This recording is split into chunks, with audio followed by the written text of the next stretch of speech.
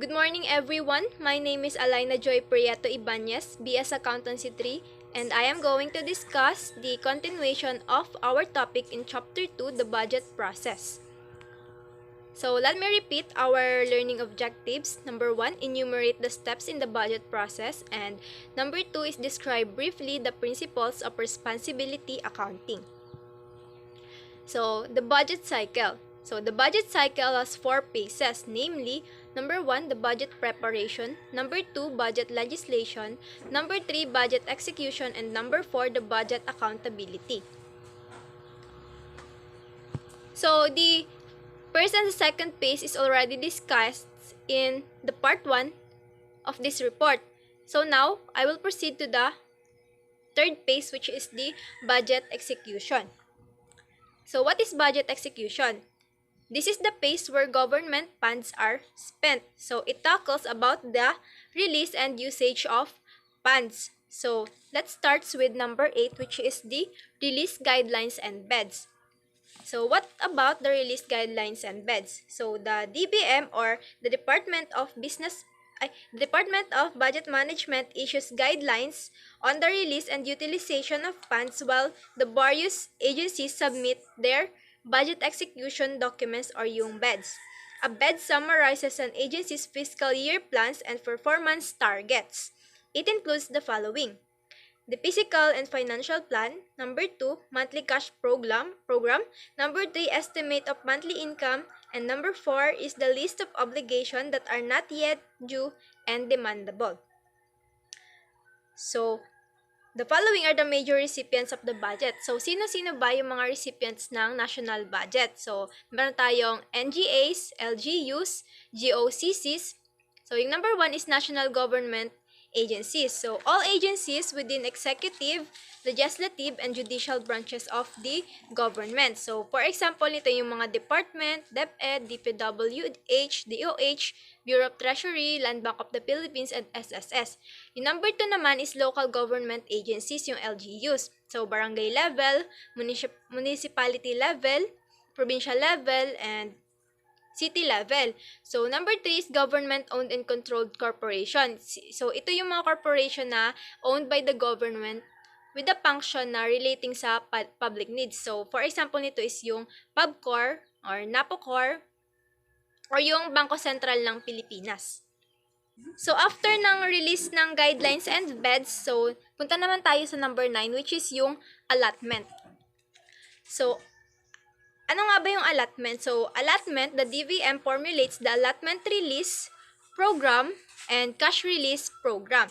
So, yung allotment release program is to set limits for allotment releases during the upcoming year, while the cash release program or CRP sets the disbursements limits for the year, each quarter, and each month. So, what is allotment? Allotment is an authorization issued by the Department of Budget and Management to government agencies to incur obligations for specified amounts contained in a legislative appropriation in the form of budget release documents. So, nakabase pa din sa yung allotment sa appropriation. It is also referred to as obligational authority. So, sabi dito, it is illegal for the government entity to incur obligations without having first received the allotment. So, before mag-incur ka ng obligation, yung number 10, yung incurrence of obligation, so kailangan makareceive ka muna ng allotment. So, yung obligation naman is an act of duly authorized official which binds the government to the immediate or eventually payment of the sum of money. Obligation may be referred to as commitment that encompasses possible future liabilities based on current contractual agreement. So, the following are the documents used in releasing allotments to government agencies. So, yan. Number 1 is the GARD or General Appropriation Act Release. Number 2 is a Special Allotment Release Order and number 3 is General Allotment Release Order. So, yung General Appropriations Act Release is yung documents na pwede na siyang i-release yung budget in appropriated in the GAA. Yung number 2 naman is yung for later release. Kaya siya special kasi yung fund is for special purpose. Yung number 3 naman is General Allotment Release Order. So, yung in general na, pwede nang mag-incur ng obligation, pero hindi siya mag-i-exceed dun sa authorized amount na binigay. Next is incurrence of obligation. So, illegal daw na mag-incur ng obligation without the allotment. So, yung number 10 is government agencies incur obligation which will be paid by the government. So, ang meaning ng incurrence of obligation is hindi naman ibig sabihin na nag-incur ka na ng obligation is may pera na lalabas or may liability ka na. Yung incurrence of obligation is ito pala ang yung mag-enter ka sa contract, mag-hire ka ng personnel, and magpa-purchase ka ng supplies. After ng incurrence of obligation, so dito na papasok yung number 11, which is yung disbursement authority.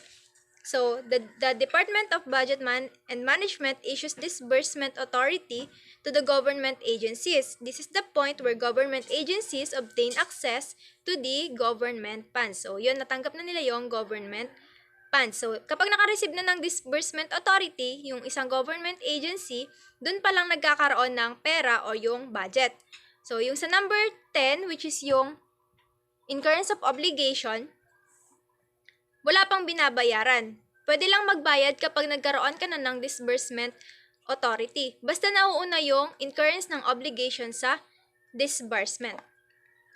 So, the followings are the document used in releasing disbursement authority to government agency.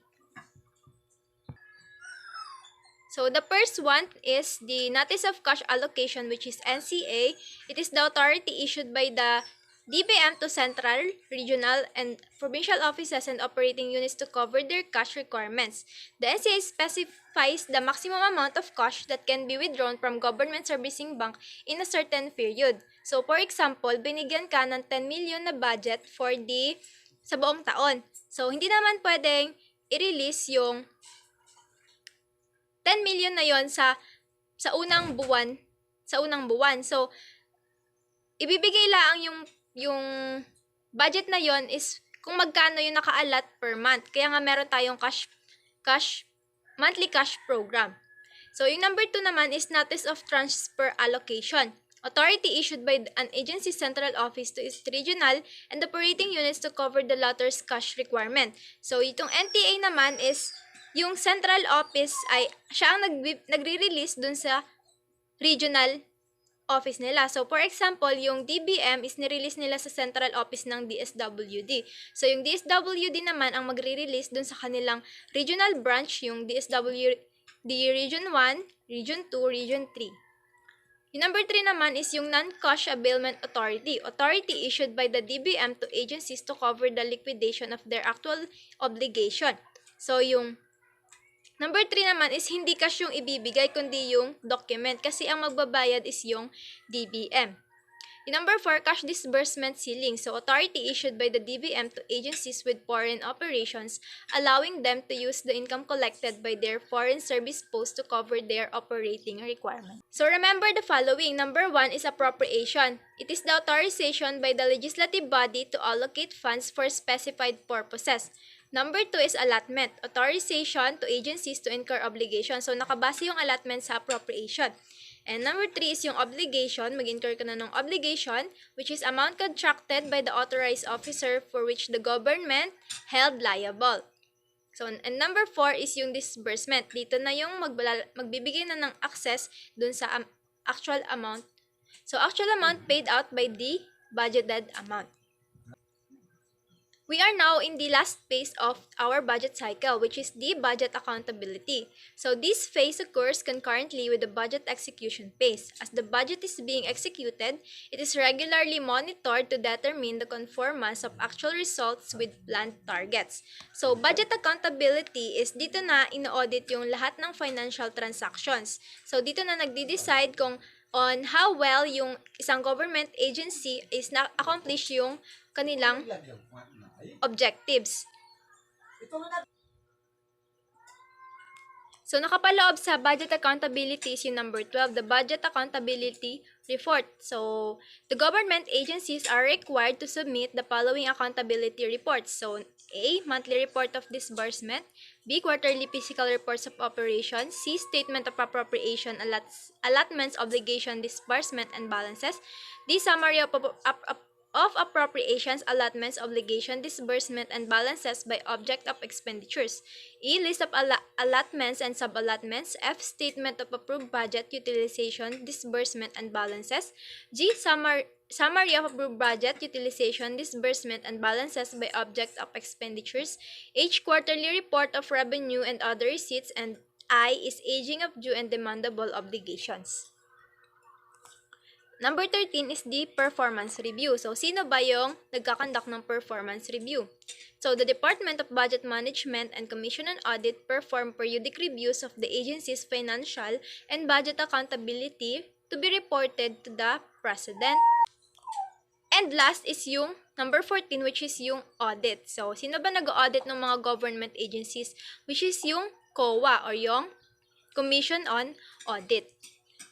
So, meron ditong illustration ng pinakang summarization ng the budget cycle. So, yun sa budget preparation, mag-uumpisa tayo, is yung magkakaroon ng budget call, and then sunod yung magkakaroon ng budget hearing, and then yung presentation to the Office of the President, yung bawat agencies, tapos isasubmit sa House, tapos magkakaroon ng budget legislation, which is yung second phase. Then, magkakaroon ng deliberation sa House, deliberation sa Senate, and kapag merong hindi pagkakaintindihan o conflict, magkakaroon ng bicameral deliberation. And yon, next nun is yung President enactment na nung budget.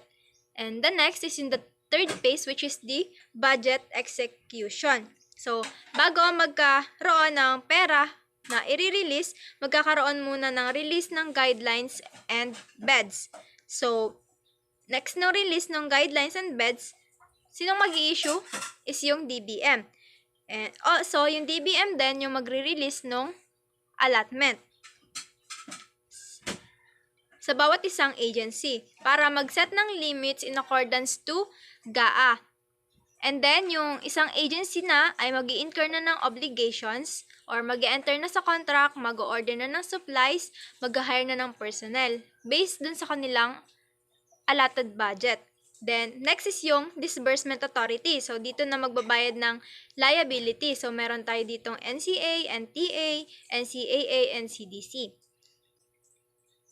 So, next na nun is the last phase, which is the budget accountability, which occurs concurrently with the budget execution. So, all agencies should submit budget accountability reports, then magkakaroon na ng performance review, which is yung COA and DBM yung gumagawa nun, and then, the number 14, the last one is the audit, which is yung COA na. Yun yung summary ng budget cycle. So, yung last topic natin dito sa chapter 2 is responsibility accounting. So, it is a system of providing cost and revenue information over which a manager has direct control of. Responsibility accounting requires the identification of responsibility centers and the distinction between controllable and non-controllable costs. So, yung responsibility center is a part, segment, unit, or function of the government agency headed by the manager who is accountable for a specified set of activities. Controllable cost is a cost is considered controllable at a given level of managerial responsibility if the manager has the power to incur it within a given period of time. So, non-controllable costs are costs incurred indirectly and allocated to our responsibility level. So, yung pinakang main point, concept, or point dito sa responsibility accounting is yung responsibilities nakadelegated na sa mga managers or sa division or segment managers. So, kailangan i-evaluate yung kanilang performance based dun sa responsibility na binigay sa kanila. So, yung concept dito is sila ay na-decentralize na, kaya yung responsibility na yun ay nakaatang na sa kanila, and dun sila i-measure kung kung nagawa ba nila ng maayos yung kanilang responsibility. So, at the end of the period, it is to check the accountability based of the outcome on the decisions na ginawa nila. So, kunwari, ito ay binigay sa'yo na responsibility, ikaw yung mananagot o responsibility mo yun kung yung kinalabasan ba nung decision mo is maganda o hindi. So, that's all for the chapter 2. Thank you, and to God be the highest glory.